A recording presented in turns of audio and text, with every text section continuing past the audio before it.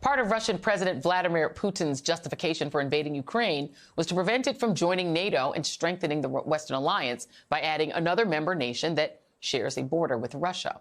Now, in the wake of the invasion, the leaders of neighboring Finland say they want to join NATO. They would like NATO membership, quote, without delay. In a joint statement, the president and prime minister said NATO membership would strengthen Finland's security. As a member of NATO, Finland would strengthen the entire defense alliance. Finland's addition would double the shared border between Russia and NATO territories, and Sweden could follow suit. The Kremlin responded to Finland's decision, calling it a threat. Foreign Minister Sergei Lavrov said Russia will be forced to take retaliatory steps, both of a military, technical, and other nature. This all comes as the fighting continues in Ukraine, with Russia making little progress as it suffers more setbacks and military losses on the ground. Joining me now, retired Navy Admiral James Stavridis, former NATO Supreme Allied Commander and author of To Risk It All, 9 Conflicts and the Crucible Decision, which comes out later this month, and I definitely will order a copy and can't wait to read it. And Admiral Stavridis, how seriously should we take Russia's, barking and threats when we now know that their military, which we thought of as the second, biggest and largest and most formidable military in the world, is actually not all that great? Yeah, indeed. Putin and his friends in the Kremlin, their heads must be exploding tonight. They have gotten everything they don't want. And let me tell you, Joy, I commanded Finnish troops. I've commanded Swedish troops. They fought alongside us in Afghanistan. They are professional, capable, well-financed. Those two nations together, their combined defense budgets are about a third of the budget of Russia alone. So this is a huge plus up in capability for the alliance, and I applaud it. In terms of should the Finns be worried, I would say no. Putin has more than his hands full trying to unwind this military disaster he's brought upon himself in Ukraine. He doesn't have the capacity militarily to do anything of significance to Finland. And on top of that, even if he would unleash a cyber attack, the Finns are very, very good at cybersecurity, Joy. And, the threats include, new nuclear deployments if Sweden and Finland join NATO. They've made all sorts of threats. And let me just put up the map here just so we can just get up. I love a good map, just so that people can get a sense of what this looks like. There are 30 member states currently in NATO, and you can see them there in the green. And so if you then add Finland and Sweden, those two little dark green little bits right there, voila, suddenly Russia, which, as you said, their whole excuse for invading Ukraine was that they were feeling like threatened by NATO. Well, now they're going to be even more surrounded.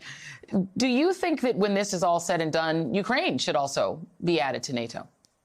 I think probably not immediately, Joy, because frankly, we're looking at a long-term scenario there with Russian occupation. I think it's going to be very difficult to fully dislodge Russia from Ukraine.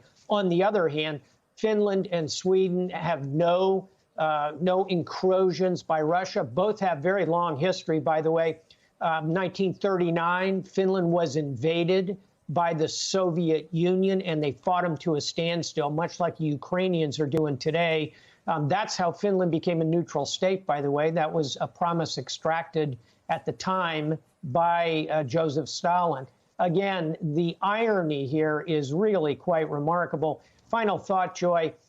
Look to the north of that map. And I'm like you, I love a good map. Maps tell stories, right? Yes. To the north of that big tranche is the Arctic.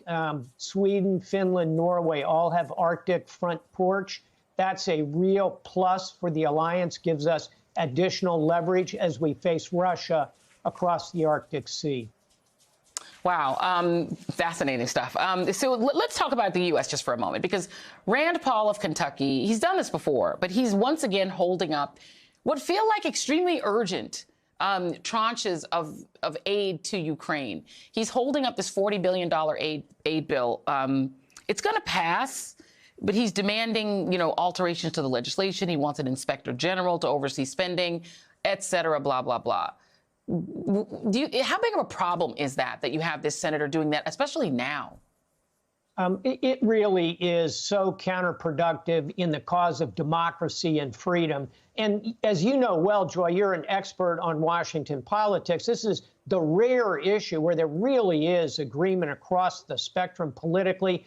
from Kevin McCarthy to Nancy Pelosi, from Mitch McConnell to Chuck Schumer. Everybody gets it on Ukraine, evidently, except Senator Rand Paul. He needs to be taken into the cloakroom by some of his fellow Republican senators. I nominate Lindsey Graham for that duty.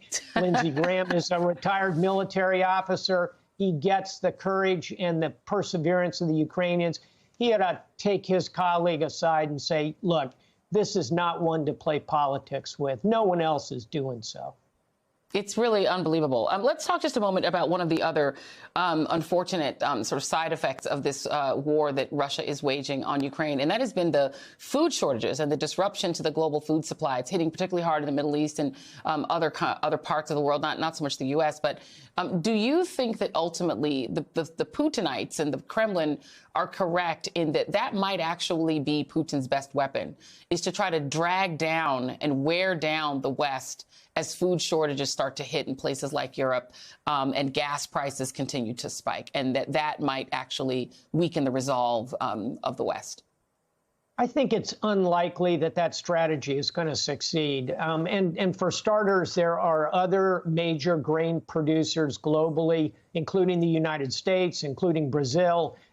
We are going to see some rewiring, if you will, in the flow of food stocks. It's a concern, certainly. It'll manifest, by the way, largely in North Africa and the Middle East. But overall, Joy, I don't think that's a winning strategy for Putin any more than his theory of the case was he would cut off oil and gas to the Europeans and they would curl up into a fetal position and cry and say, oh, no.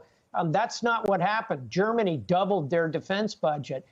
There's not going to be anything whistling through the Nord Stream 2 pipeline but air for the foreseeable future. Again, the unintended consequences for Putin are really quite remarkable, from the NATO expansion we just discussed to the war crimes that are being so visibly displayed to the hollowness of his armed forces. You know, kind of dictator 101, you want to come across as having a very powerful military. Scratch a line through that one at this point.